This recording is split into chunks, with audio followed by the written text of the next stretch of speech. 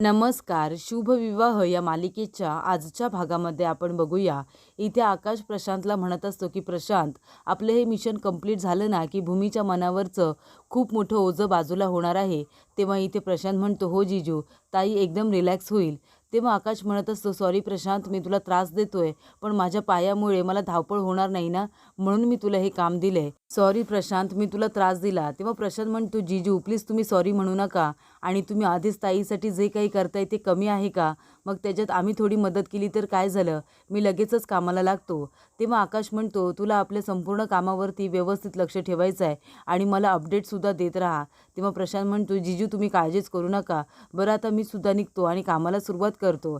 तेव्हा इथे आता प्रशांत घाईघाईने बाहेर निघून जातो. भूमी त्याला आवाज देत असते तरीसुद्धा तो थांबत नाही.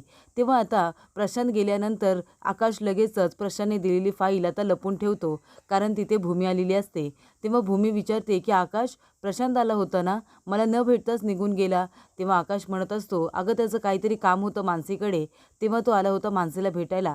घाईत असेल ना तेव्हा निघून गेला.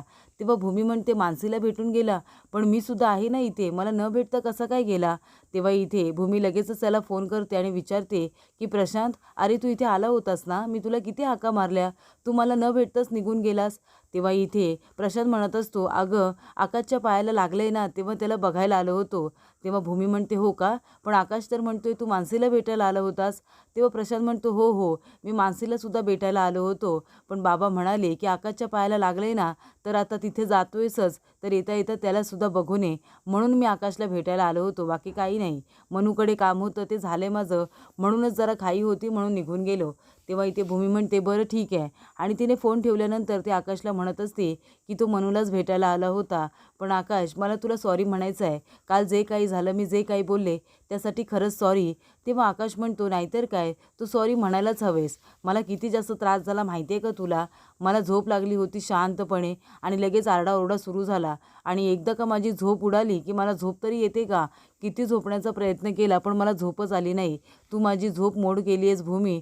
खरं तर तुला यासाठी ना शिक्षा द्यायला हवी. तेव्हा भूमी म्हणते, आकाश खरं सांगते मी तुला, तुला हवी ती शिक्षा मला दे, मी भोगायला तयार आहे. तेव्हा आकाश म्हणतो, भूमी अगं काय बोलतेस तू? आपल्या माणसांचा कुठे आपल्याला त्रास होतो का? मला तुझा अजिबात त्रास झालेला नाही आहे, तू नको काळजी करू. आणि हो, आपल्याला आता डॉक्टरांकडे जायचं आहे, आपली अपॉइंटमेंट आहे, तुला घेऊन मी येणार आहे. तेव्हा भूमी म्हणते, आकाश तू का येतोयस? अरे मी जाईन ना माझी माझी. तेव्हा इथे आकाश म्हणतो, आजीने मला सांगितलंय तुला घेऊन जायला, आता आजीचं सुद्धा तू ऐकणार नाही आहेस का? तेव्हा भूमी म्हणते, बरं ठीक आहे. तेव्हा इथे आकाश आता स्वतःहून जात असताना त्याची फाईल खाली पडते. तेव्हा भूमी ती उचलायला जाते. आकाश खूपच जास्त टेन्शनमध्ये येतो. त्याला असं वाटतं पेपर आता भूमी बघते की काय. तेव्हा आता भूमी पेपर लावून आकाशकडे देणारच असते, आणि ते पेपर बघायला नको म्हणून मानसी तिच्या हातातून घेते आणि म्हणते, अगं ताई, प्रशांत घेऊन आलाय ते माझे प्रोजेक्ट पेपर आहेत. तेव्हा इकडे आता आकाशला खूप जास्त बरं वाटतं. तो म्हणतो, बरं झालं मानसी, तू तिच्या हातातून फाईल घेतलीस, नाहीतर भूमीने हे पेपर बघितले असते तर प्रॉब्लेम झाला असता.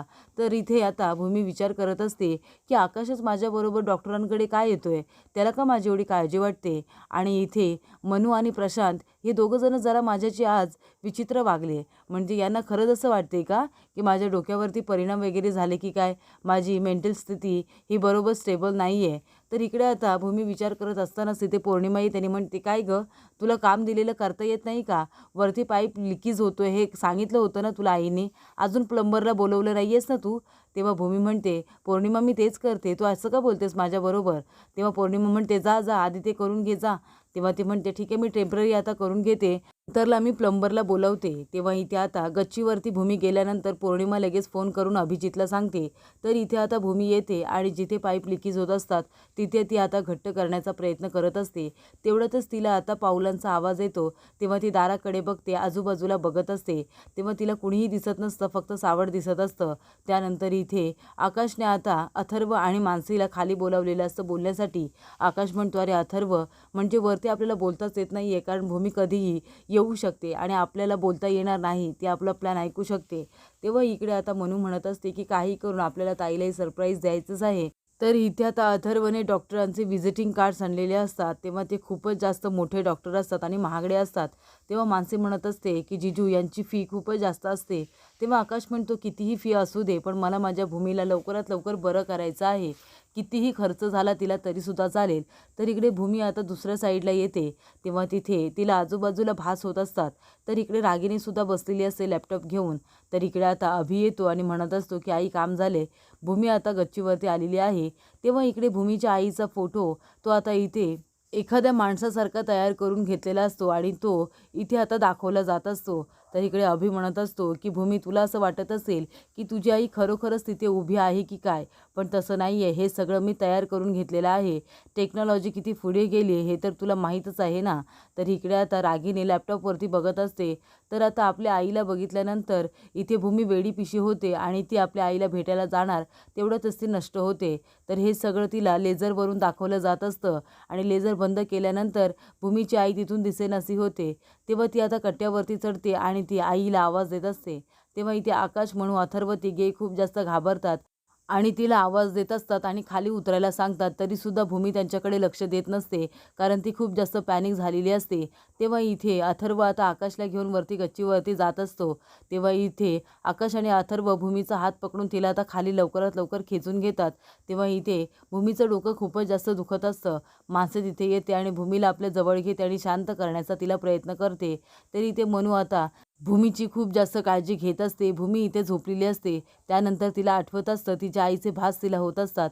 तिच्या रूममध्ये सुद्धा तिला तिची आई दिसली होती आणि आता नंतरला टेरेसवर सुद्धा बघितलेलं असतं आणि तिथून ती नष्ट झालेली असते. तेव्हा इथे भूमी लगेचच उठते आणि जोरात आई अशी हाक मारते. तेव्हा इथे अथर्व म्हणतो की ताई काय झाले तुला, तुला बरं वाटत नाही आहे का. तेव्हा इथे मनूसुद्धा विचारत असते की ताई काय झालं, हे बघ तू शांत हो आणि पाणी पी बरं, पाणी पी आधी. तेव्हा इथे भूमी पाणीसुद्धा पिते. तेव्हा आजी विचारत असतात की काय झाले भूमी बाळा, तू आता ठीक आहेस ना. हे बघ काय झालंय ते तू जर आम्हाला सांगू शकत असशील ना तरच सांग आणि तुला जर नसेल सांगायचं तर नको सांगू, आपण या विषयावरती नंतर बोलूया. तेव्हा आकाश म्हणतो भूमी काय झालंय, आम्ही सगळेजण किती घाबरलो होतो माहिती आहे का तुला, आणि तू टेरेसवरती का चढली होतीस ते सुद्धा कट्ट्यावरती.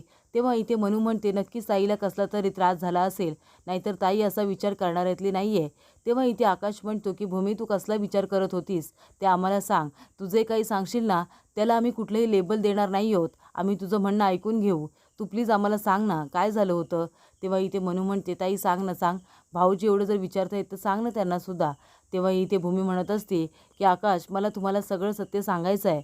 आणि आकाश म्हणतो की सांग ना आम्हालासुद्धा ऐकायचं आहे. तेव्हा भूमी म्हणते आजसुद्धा मला आहे ना वरती टेरेसवरती चपलांचा आवाज आला म्हणून मी इकडे तिकडे बघत होते. तर आई मला आहे ना टेरेसवरती उभी दिसली, ते सुद्धा कट्ट्यावरती. मी तिला भेटायला गेले, तिच्याशी बोलायला गेले तर आई तिथून नष्ट झाली. आकाश आई तिथून निघून गेली.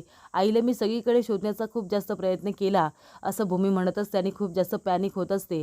तेव्हा इथे आजी म्हणत असतात भूमी शांत हो बाळा, काही बोलू नकोस तू, तू जरा आराम कर बरं भूमी, प्लीज आराम कर. तेव्हा इथे भूमी आता आकाशकडे बघतच जाता झोपी जात असते. तेव्हा इथे आकाशला भूमीची खूप जास्त काळजी वाटत असते. तो भूमीकडे काळजीने बघत असतो, टेन्शनने बघत असतो. तरी ते रागिनी म्हणत असते की आपलंच चुकलं. ती भूमी जेव्हा त्या कट्ट्यावरती उभी राहिली होती ना तेव्हा आपण पटकन येऊन तिला धक्का द्यायला हवा होता, म्हणजे कायमची संपून गेली असती ती. तेव्हा अभि म्हणतो तरीसुद्धा आई आपण कमी प्रयत्न केलेत का. तेव्हा पौर्णिमा म्हणते जाऊ दे ना, आपण आता दुसरा काहीतरी प्लॅन तयार करूया. तेव्हा रागिनी म्हणते नाही अजिबात नाही, आता काही प्लॅन करायचे नाही. भूमीबरोबर जे काही घडतंय ना ते आता आकाशला कळले, त्याच्यामुळे आकाश आता तिच्याबरोबर सावलीसारखा उभा राहील आणि सत्य शोधून काढायचा प्रयत्न करेल. त्याच्यामुळे आता आपण भूमीवरती कुठलाही आता डाव टाकायचा नाही आहे. आता आपल्याला जाऊन तिची खोटी खोटी तिथे काळजी घ्यावी लागेल, तिचं सांत्वन करावं लागेल आणि तेच आपल्याला सध्या करायचं आहे.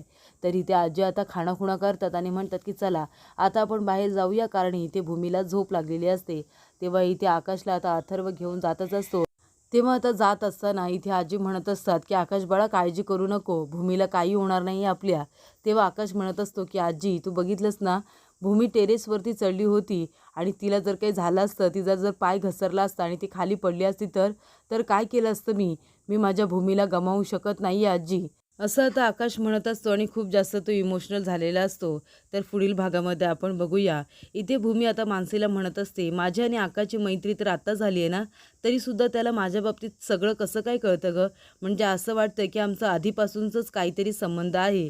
तेव्हा इथे मानसी म्हणते हो संबंध तुमच्या दोघांचा तर आहेच आधीपासूनचा. तेव्हा इथे भूमी तिच्याकडे बघतच राहते.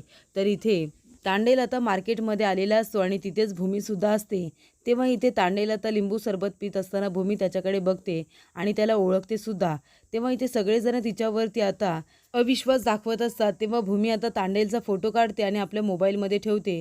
तेव्हा तांडेलसुद्धा भूमीला बघतो आणि तिचा फोटो काढून तो आता अभिला पाठवतो आणि म्हणत असतो की हिला तुम्ही ओळखता का? ही तुमच्या ओळखीची आहे का? ती माझा मगापासून इथे पाठलाग करते, असा मेसेजसुद्धा पाठवला जातो.